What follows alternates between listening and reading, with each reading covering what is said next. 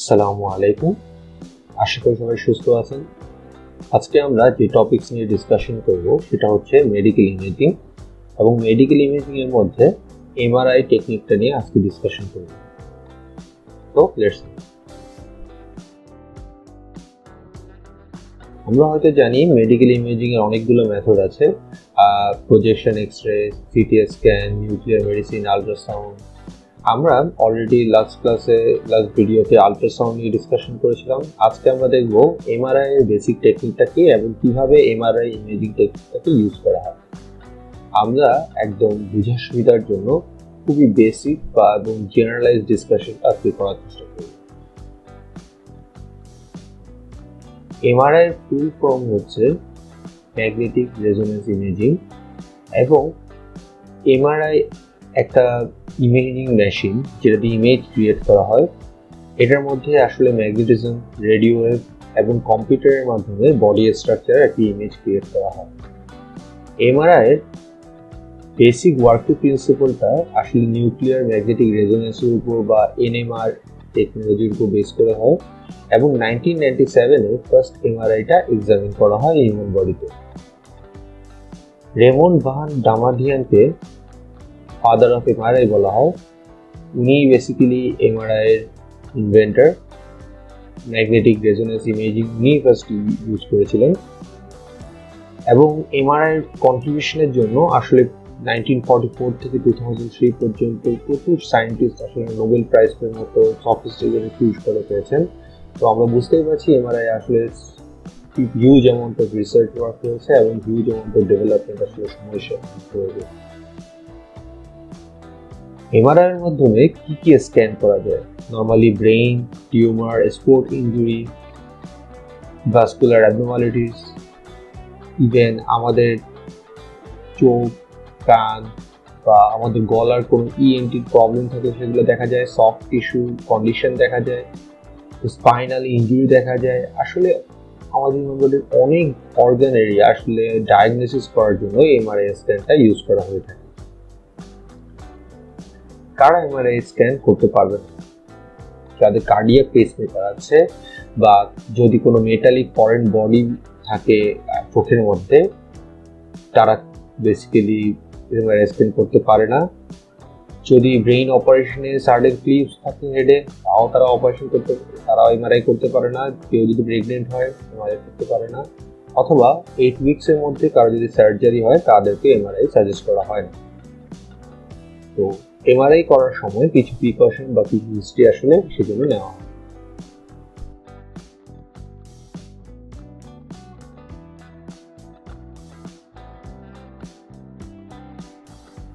MRI এর basic working প্রিন্সিপালটা আসলে কোয়ান্টাম প্রপার্টিস অফ নিউক্লিয়ার স্পিনের উপর বেস করে, এছাড়া radio frequency excitation properties, tissue relaxation properties, magnetic field strength and gradient properties, timing of gradient, RF pulse and signal detection উপর base করে হয়ে থাকে। সেগুলো আমরা স্টেপ বাই স্টেপ সব দেখব। কোন ধরনের নিউক্লিয়াসকে নিয়ে এনএমআর টেকনোলজিটা কাজ করে? আমরা মনে সবাই জানি নিউক্লিয়াসের দুইটা প্রপার্টি থাকে, একটা হচ্ছে স্পিন আর একটা হচ্ছে চার্জ। এবং প্রত্যেকটা নিউক্লিয়াস বেসিক্যালি প্রোটন এবং নিউট্রন দিয়ে ক্রিয়েট হয় এবং প্রত্যেকেরই স্পিন কোয়ালিটি থাকে। প্রোটনের একটা চার্জ থাকে, পজিটিভ চার্জ আমরা জানি, এবং পেয়ার অফ প্রোটনের আমরা যদি স্পিন চিন্তা করি একটা একটা ক্যান্সেল করে দেয়। কিন্তু যেসব অ্যাটমের মধ্যে অড নাম্বার অফ প্রোটন আর নিউট্রন আছে তারাই শুধুমাত্র, যেহেতু একটা একটার এফেক্টে ক্যান্সেল করতে পারছে না, তাদের স্পিনটা কন্টিনিউ করতে থাকে। কিছু ভালো এমআর নিউক্লিয়াস হচ্ছে হাইড্রোজেন, কার্বন, সোডিয়াম আর অনেক কিছু। নর্মালি হাইড্রোজেন অ্যাটম এমআরআই এর জন্য বেস্ট এবং হাইড্রোজেন এমআর খুব সেন্সিটিভ হয় এবং আমাদের হিউম্যান বডিতে আসলে প্রচুর পরিমাণ হাইড্রোজেন আসলে আছে। কিভাবে আছে আমরা হয়তো জানি, পানির মাধ্যমে আমাদের বডিতে প্রচুর হাইড্রোজেন আছে। এছাড়া ফ্যাট, কার্বোহাইড্রেট, সেখানেও প্রচুর পরিমাণ হাইড্রোজেন আসলে থাকে। তার মানে আমাদের ফুল বডিতে আমরা অ্যাপ্রক্সিমেট 60% যেহেতু পানি, আমরা বুঝতেই পারছি যে আমাদের হিউম্যান বডিতে কি পরিমাণ হাইড্রোজেনের উপস্থিতি আসলে আছে, এবং এই হাইড্রোজেনের উপর বেস করে আসলে এমআরআই টেকনোলজিটা ইউজ করা হয়। এবং এসেনশিয়ালি আসলে বলাই যায় ম্যাক্সিমাম এমআরআই আসলে হাইড্রোজেন ইমেজিং। তার মানে হাইড্রোজেনের প্রোটনকে নিয়েই এমআরআই ইমেজিংটা করা হয় না।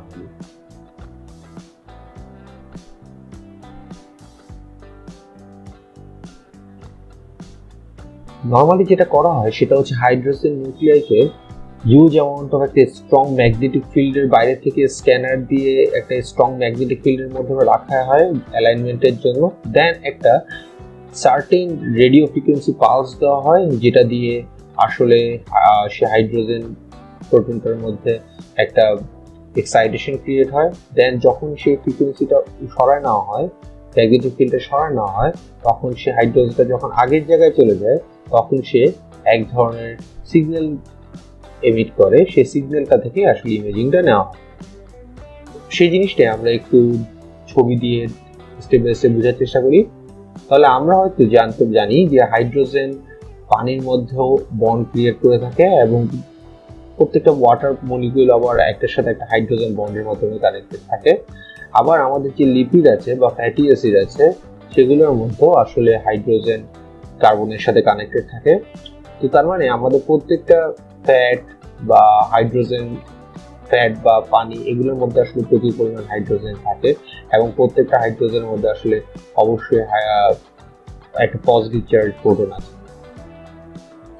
নর্মালি এই হাইড্রোজেনগুলো কিন্তু নিজেদের মতো করেই স্পিন করতে থাকে, তাদের কোনো প্রপার ওরিয়েন্টেশন থাকে না, যে যার মতো করে স্পিন করতে থাকে। কিন্তু তাদের নেট ম্যাগনেটিক এফেক্টটা আসলে জিরো হয়, কারণ একটার এফেক্টটাকে নালিফাই করে দেয়। এবং আমাদের হিউম্যান বডিতে যখন সেটা থাকে তখন আসলে কোনো ম্যাগনেটাইজেশন থাকে না, তার কারণ হচ্ছে একটাকে এফেক্টটাকে নালিফাই করে দেওয়ার কারণে নেট ম্যাগনেটিক এফেক্টটা জিরো হয়। কিন্তু যদি বাইরে থেকে কোনো এক্সটার্নাল ম্যাগনেটিক ফিল্ড দেওয়া হয়, তাহলে এই এক্সটার্নাল ম্যাগনেটিক ফিল্ডের কারণে এই হাইড্রোজেন অ্যাটমগুলো কিন্তু একটা অ্যালাইনমেন্টে চলে আসে। তার মানে সবগুলা একটা অ্যালাইনমেন্টের মধ্যেই স্পিন করতে থাকে। এখন এই অ্যালাইনমেন্টের মধ্যে সবগুলা যে একদম এক্সটার্নাল ম্যাগনেটিক ফিল্ড অ্যালাইনমেন্টে থাকে তা না, অনেকগুলো আবার এর 180 ডিগ্রি অ্যাপার্ট থাকতে পারে। তো এই যে 180 ডিগ্রি অ্যাপার্ট আছে, বেসিক্যালি সেগুলোর এফেক্টগুলো আসলে এই ইমেজিং এর মাধ্যমে দেখা হয়।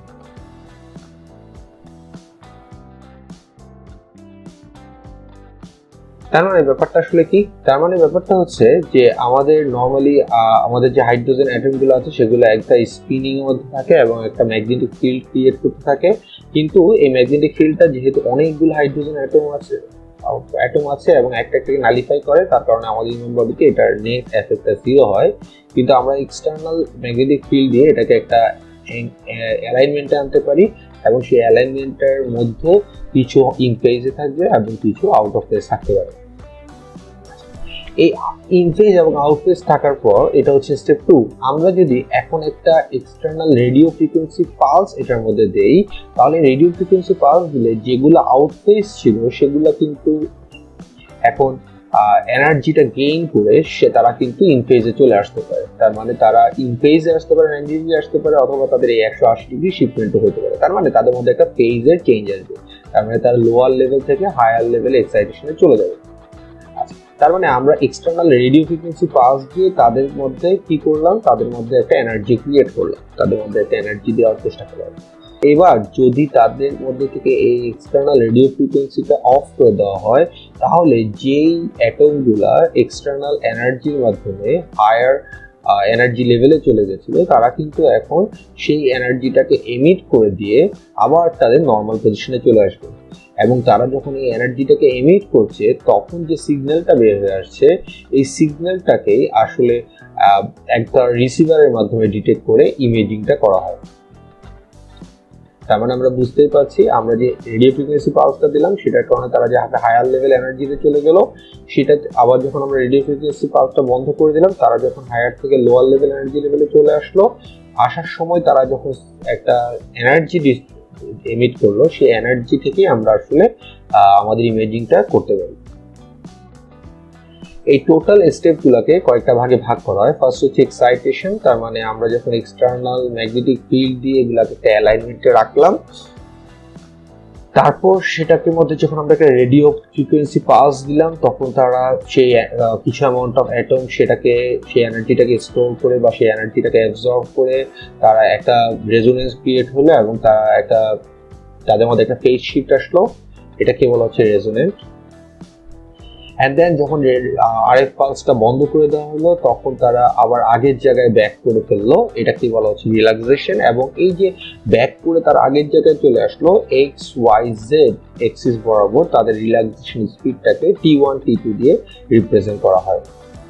এবং ইচ অ্যান্ড এভরি অর্গানের এই T1 T2 ভ্যালুটা ডিফারেন্ট হয়, এবং ডিফারেন্ট হওয়ার কারণে এই যখন তারা এনার্জিটা ডিস্ট্রিবিউট করে, তখন একটা আরএফ কয়েলের মাধ্যমে সেই সিগন্যালটাকে ডিটেক্ট করা হয়। এবং ইচ এন্ড এভরি অর্গানের যেহেতু T1 T2 বা এই যে রিল্যাক্সেশন রিঅ্যাকশনটা এটা আসলে ডিফারেন্ট হওয়ার কারণে আসলে ইজিলি ডিটেক্টেবল হয় যে কোন অর্গান আসলে কি ধরনের বিহেভ করছে বা কোন অর্গানের কি পরিমাণ হাইড্রোজেন অ্যাটম আছে বা তাদের বিহেভিয়ারটা কিরকম, তারা কি নর্মাল বিহেভ করছে তারা কি নাকি তারা অ্যাবনর্মাল বিহেভ করছে। এই অবস্থায় আমরা 6 সেকেন্ড অফ সায়েন্সের একটা অ্যানিমেশন ভিডিও দেখে নিই।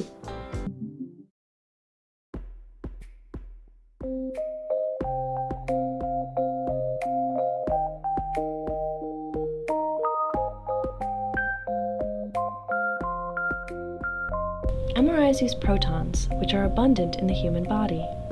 All protons spin, creating a small magnetic charge. When a strong magnetic field is introduced, as is the case in an MRI machine, the protons align with that field. The MRI technician then introduces a radio frequency pulse that disrupts the proton and forces it either into a 90-degree or 180-degree realignment with the static magnetic field. Since the radio frequency pulse pushed the proton against its nature, once this pulse is turned off, the protons realign with that magnetic field, releasing electromagnetic energy along the way.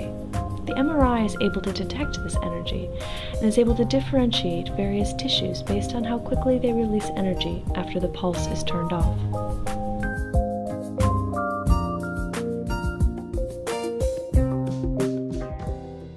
একটা MRI মেশিনের basically তিনটা part থাকে। একটা হচ্ছে scanner যেটার মাধ্যমে ইমেজিংটা নেওয়া হয়, একটা হচ্ছে এটা কম্পিউটার যেখানের মধ্যে ইমেজিংটাকে দেখা হয় এবং অ্যানালাইসিস করা হয়, এবং থার্ড পার্ট হচ্ছে রেকর্ডিং হার্ডওয়্যার যেখানে ইমেজটাকে স্টোর করা হয়। এই তিনটা হচ্ছে very important part of MRI. ফার্স্টই হচ্ছে স্ক্যানার। এমআরআই স্ক্যানারের মধ্যে আমরা যদি একটু ভালো করে দেখি, এখানের মধ্যে অনেকগুলো ইম্পর্টেন্ট পার্ট থাকে। যেমন একটা ম্যাগনেট থাকে যেটা দিয়ে আমরা একটা magnetic field, strong magnetic field create করার চেষ্টা করা হয়। তো এটার মধ্যে একটা গ্রেডিয়েন্ট কয়েল থাকে, এই গ্রেডিয়েন্ট কয়েলটা আবার এক্স ওয়াই জেড তিনটাতেই থাকে, তিনটে এক্সিস বরাবর গ্রেডিয়েন্ট কয়েল থাকে। দেন একটা রেডিও ফ্রিকোয়েন্সি কয়েল থাকে, এই রেডিও ফ্রিকোয়েন্সি কয়েলটা আসলে ট্রান্সমিটার এবং রিসিভার হিসেবে কাজ করে। তো আমাদের যে সিগন্যালটা ডিসিপেট হয়ে যায় হায়ার লেভেল থেকে লোয়ার লেভেল আসার সময়, সেই সিগন্যালটাকে রিসিভ করার জন্য রেডিও ফ্রিকোয়েন্সি কয়েলটা কাজ করে। এবং একটা পেশেন্ট টেবিল থাকে যেটার মধ্যে পেশেন্টকে শোয়ানো হয় এবং তাকে এই মেশিনের ভিতরে স্ক্যানারের ভিতরে প্লেস করা হয়, যাতে স্ক্যানারের মধ্যে তাদের হিউম্যান বডির বিভিন্ন অর্গানের পার্টগুলো অ্যানালাইসিস করা যায়। এমআরআই এর মধ্যে যে স্ট্যাটিক ম্যাগনেটিক ফিল্ডটা ক্রিয়েট করা হয়, সেটা যে মেথডের মাধ্যমে ক্রিয়েট করা হয় সেটা তিনটা ভাগে ভাগ করা যায় বা তিনটা ওয়েতে এটা ক্রিয়েট করা যায়। একটা হচ্ছে ফিক্সড ম্যাগনেট, একটা হচ্ছে রেজিস্টিভ ম্যাগনেট, আর একটা হচ্ছে সুপার কন্ডাক্টিং ম্যাগনেট। কিন্তু ফিক্সড ম্যাগনেট এবং রেজিস্টিভ ম্যাগনেটের ক্ষেত্রে আমাদের ফিল্ড রেজিস্ট্যান্সটা 0.4 টেসলার বেশি আসলে করা যায় না বা টাফ করা। সেজন্য আসলে হাই রেজলিউশন ইমেজিং সিস্টেমে সুপার কন্ডাক্টিং ম্যাগনেটকে ইউজ করা হয়, এবং সুপার কন্ডাক্টিং ম্যাগনেটকে ইউজ করার জন্য এটার টেম্পারেচার কিন্তু অ্যাবসলিউট জিরোর কাছাকাছি করতে হয়। তো এই জিনিসটা কিন্তু করাটা একটু কমপ্লেক্স, কিন্তু এই জিনিসটা কিন্তু মেনটেন করার চেষ্টা করা হয় স্ট্যাটিক ম্যাগনেটিক ফিল্ড ক্রিয়েট করার জন্য।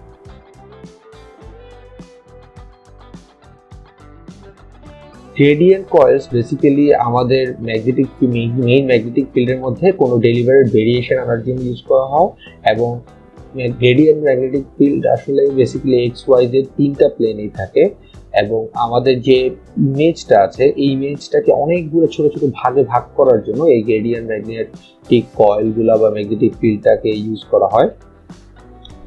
আমরা এখানে দেখতে পাচ্ছি একটা গ্রেডিয়েন্ট ম্যাগনেট আবার এক্স কয়েল যেটা এক্স এক্সিস বরাবর এনার্জাইজ করে, জেড কয়েল যেটা জেড এক্সিস বরাবর এনার্জাইজ করে এবং ওয়াই কয়েল আছে যেটা ওয়াই এক্সিস বরাবর এনার্জাইজ করে। তার মানে গ্রেডিয়েন্ট কয়েল আবার এক্স ওয়াই জেড তিনটা ভাগে ভাগ থাকে। Radio frequency coil basically transmitter এবং রিসিভারের মতো কাজ করে এবং এটা আসলে এমআরআই সিস্টেমের এন্টেনার মতো কাজ করে। তার মানে এটা বেসিক্যালি আমাদের যে আরএফ সিগন্যালটা আছে সেটাকে ট্রান্সমিট করে এবং রিটার্ন সিগন্যালটাকে রিসিভ করার চেষ্টা করা হয়। এমআরআই এর অনেক অ্যাডভান্টেজ আছে। ফার্স্ট অ্যাডভান্টেজ হচ্ছে এখানে কোনো আয়োনাইজিং রেডিয়েশন হচ্ছে না, তার কারণে হিউম্যান বডিতে এটার ব্যাড ইম্প্যাক্ট নেই এবং এটার মধ্যে আমরা খুব ভালো ইমেজিং রেজোলিউশন পেয়ে থাকি। তার কারণে আমাদের হিউম্যান বডির অর্গানটা খুব ভালো একটা অ্যানালাইসিস করা এটার মাধ্যমে সহজ হয় এবং সবচেয়ে বড় এফেক্টটা হচ্ছে এটার হিউম্যান বডিতে তেমন কোনো ইম্প্যাক্ট নেই বা হিউম্যান বডিতে তেমন কোনো ব্যাড ইম্প্যাক্ট এটা আসলে নাই। এমআরআই এর অনেকগুলো ডিসঅ্যাডভান্টেজের মধ্যে একটা হচ্ছে এটা অনেক এক্সপেন্সিভ এবং অনেক ক্ষেত্রে RF transmitter severe burn create করতে পারে যদি প্রপারলি হ্যান্ডেল না করা হয় এবং যদি কোনো হিউম্যান বডিতে মেটালিক ডিভাইস থাকে তাহলে এটা কিন্তু অনেক ডেঞ্জারাস একটা সিচুয়েশন ক্রিয়েট করতে পারে। এক্স-রের সাথে এমআরআই এর অনেকগুলো পার্থক্য আছে, তবে আমরা সবাই হয়তো জানি এক্স-রে এর মাধ্যমে হিউম্যান বডিতে আসলে ডেড সেল ক্রিয়েট হতে পারে, বাট এমআরআই কিন্তু এরকম কোনো ব্যাড ইম্প্যাক্ট নেই। এমআরআই কিন্তু হিউম্যান বডির জন্য অনেক বেশি সেফ এবং এক্স-রে যেখানে বোনের ক্ষেত্রে বা লাং অ্যাবনর্মাল সিচুয়েশন ইউজ করা হয় বা অর্গান ইউজ করা হয় সেখানে MRI brain, spinal cord junction এইসব জায়গায় ইউজ করা হয়। এমআরআই স্ক্যানকে বোঝার জন্য অনেকগুলো ইউটিউব ভিডিও আসলে ইউটিউবে আছে। আমি সবাইকে রিকোয়েস্ট করবো সেই ভিডিওগুলো একটু দেখে নেবেন, তাহলে এমআরআই এর একটা ডিটেলস আন্ডারস্ট্যান্ডিং আপনাদের হবে। আজকে ভিডিওতে আমি চেষ্টা করলাম এমআরআই এর একটা শর্ট একটা ব্রিফ ভিডিও বা ব্রিফ ইন্ট্রোডাকশন আপনাদেরকে দেওয়ার। Thanks for watching. Stay home, stay safe.